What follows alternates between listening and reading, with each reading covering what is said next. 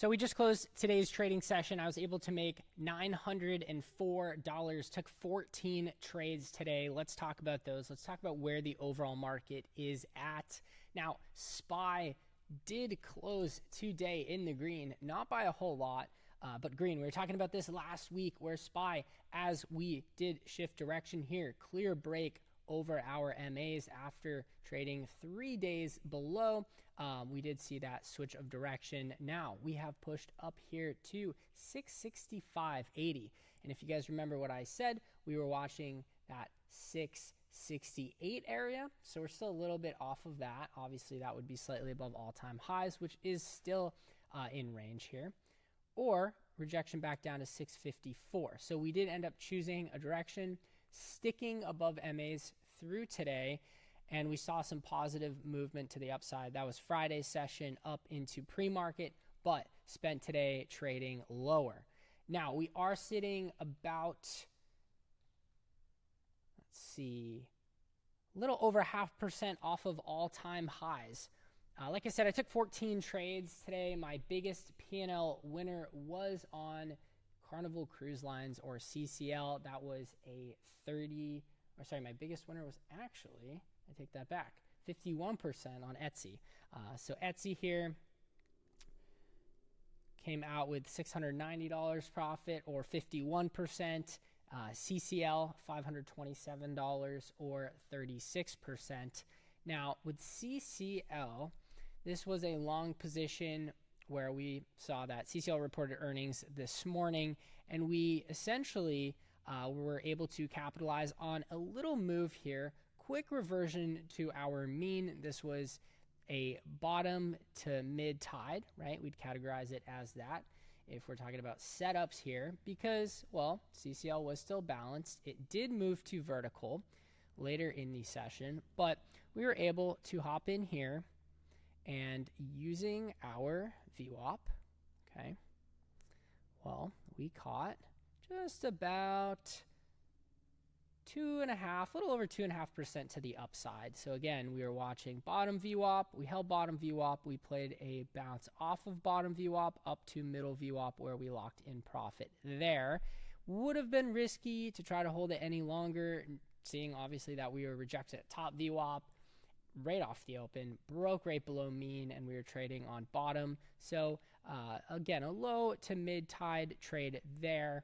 And when looking at our envelope system, we know whenever we are outside of our bands, especially this far outside of our bands, that would mean more than likely that is a place at which we will see a bottom, or if we're trading above, where we will see a top. Now, again, this was a bottom here.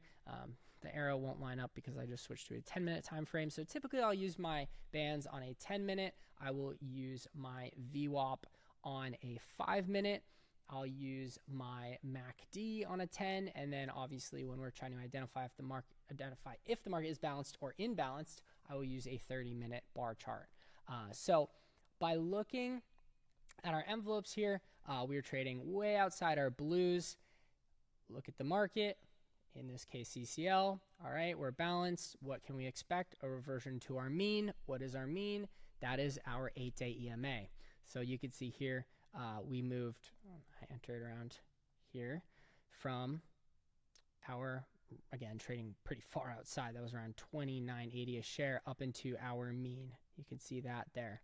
So real perfect example there, right? Now, it doesn't mean that if we're trading on blues, we won't revert to our mean, or if we're trading on purples, we won't revert to our mean. It just, in this instance, was, hey, we're way oversold if you want to look at it like that. We're sitting super far outside.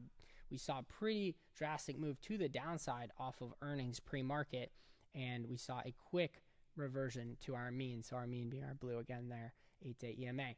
MACD, we wouldn't have been able to do a lot here.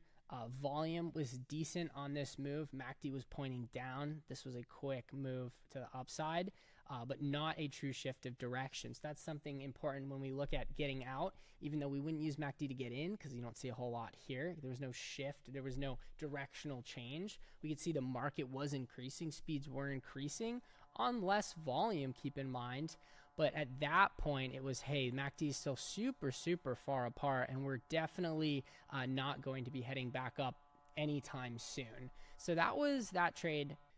Now, the next trade I want to talk about was our biggest trade of the day on Etsy, which this was crazy. Obviously, we made over 50%, but with this one specifically, this thing just kept going. I mean, this turned into, well, could have turned into a 400 or 500% trade.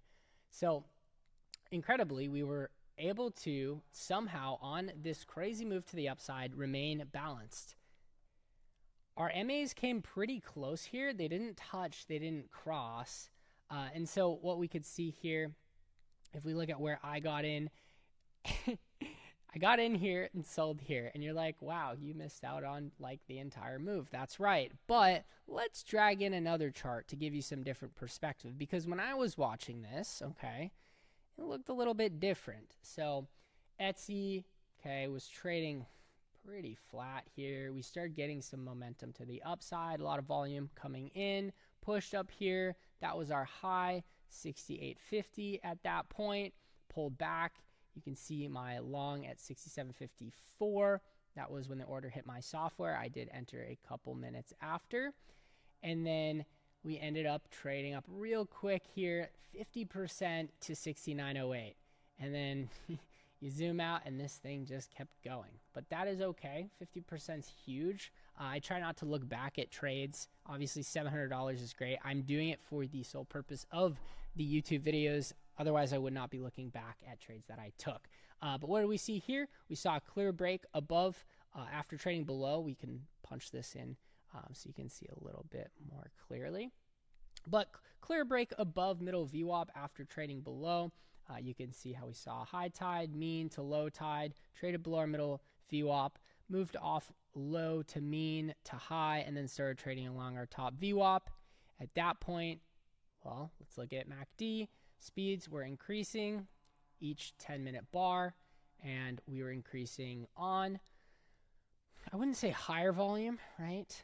But a decent amount of volume. So enough aggressive buyers as more people got involved in this move, which was not a true vertical, even though it looks like it. So we kind of got that stair step, people buying in at higher prices. That was Etsy. Worst trade of the day was WYNN. Okay, WYNN. So I did enter puts here. You can see at around 11:45, ended up getting stopped out at 14:05 or 2:05. Now WYNN was balanced, which meant we would continue seeing reversions to our mean throughout the day, which we did. Now here's the thing. If we look at VWAP, well, clean break above, higher highs, looked really good, held, pushed, entry here, right? What was I looking at? I wanted to see a pullback to middle. Quick, high to mid, okay. High to mid, I was looking at 10 to 15%. What happened? We didn't see a continuation of that pattern. Ended up pushing higher, dropped down a little bit lower. Probably should have taken it off here. Was thinking we could get a little more out of it. At that point, I'm like, maybe we could even break below. Got stopped, or got, pushed up higher, and then eventually I ended up stopping out because this thing was just, if we look at MACD, everything was pointing up, right? You can see my entry on the cross got faked out here. Speeds kept increasing on higher and higher volume. And if we were looking at, now that I look back at it, and this happens a lot of the time, I'm like, that was just a bad trade. I lost $430. I shouldn't have lost $430. That should have been break even or slightly green, right?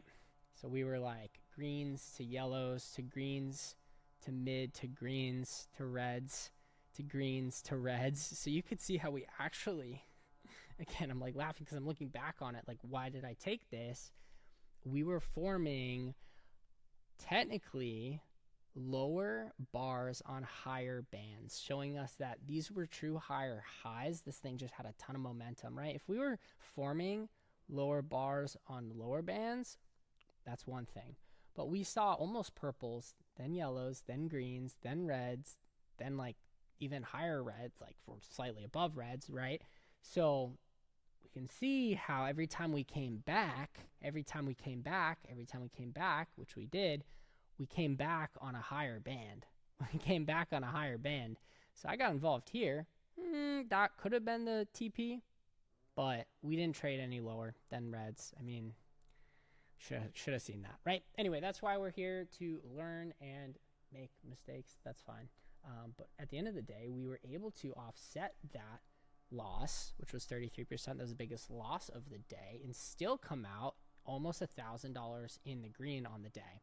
So that was my day in the markets trading. If you want to trade live with me every single morning, I'll put a link in the description below to my mentorship group. You can have access to see all the trades that I take and follow myself. I will see you guys in tomorrow's daily trade market recap.